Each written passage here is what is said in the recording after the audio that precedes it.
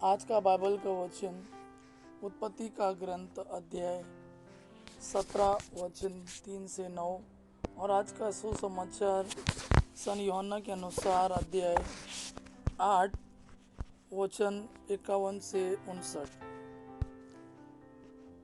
उत्पत्ति ग्रंथ अध्याय 17 वचन 3 से 9। अब्राम ने साष्टांग प्रणाम किया और ईश्वर ने उससे यह कहा, तुम्हारे लिए मेरा विधान इस प्रकार है, तुम बहुत से राष्ट्रों के पिता बन जाओगे।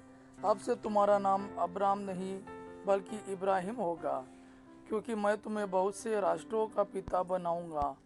तुम्हारे असंख्य वंशज होंगे। मैं तुम लोगों को राष्ट्र के रूप में फलने फूलने दूंगा। तुम्हारे वंशजों में राजा उत्पन्न होंगे। मैं तुम्हारे लिए और तुम्हारे बाद तुम्हारे वंशजों के लिए पीढ़ी दर पीढ़ी अपना चिरस्थायी विधान निर्धारित करूंगा। मैं तुम्हारा और तुम्हारे बाद तुम्हारे वंशजों का ईश्वर होऊंगा। मैं तुम्हें और तुम्हारे वंशजों को वह भूमि प्रदान करूंगा जिसमें तुम निवास करते हो, अर्थात कनान का समस्त देश। उस पर सदा के लिए तुम लोगों का अधिकार होगा और मैं तुम्हारे वंशजों का ईश्वर होऊंगा।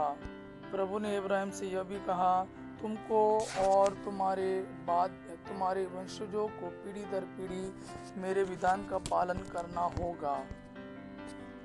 आज का सुसमाचार सन यूहन्ना के अनुसार अध्याय 8 वचन 51 से 59। यहूदियों ने कहा, अब हमें पक्का विश्वास हो गया है कि तुमको अवधूत लगा है। इब्राहिम और नबी मर गए, किंतु तुम कहते हो, यदि कोई मेरी शिक्षा पर चलेगा तो वह कभी नहीं मरेगा। क्या तुम हमारे पिता इब्राहिम से भी महान हो? वह मर गए और नबी भी मर गए, तुम अपने को समझते क्या हो? ईसा ने उत्तर दिया, यदि मैं अपने को महिमा देता तो उस महिमा का कोई महत्व नहीं होता।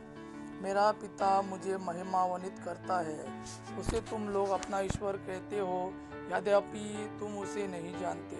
मैं उसे जानता हूँ। यदि मैं कहता कि उसे नहीं जानता तो मैं तुम्हारी तरह झूठा बन जाता, किंतु मैं उसे जानता हूँ और उसकी शिक्षा पर चलता हूँ।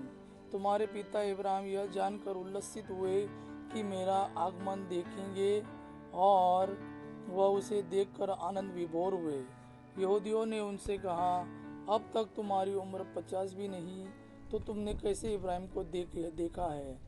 ईसा ने उनसे कहा, मैं तुम लोगों से यह कहता हूँ, इब्राहिम के जन्म लेने के पहले से ही मैं विद्यमान हूँ। इस पर लोगों ने ईसा को मारने के लिए पत्थर उठाए, किंतु वह चुपके से मंदिर से निकल गए। यह प्रभु का वाणी है। प्रभु को धन्यवाद। आबा पिता की महिमा और पुत्र यीशु का प्रेम आप पर सदा सर्वदा बना रहे। आमीन।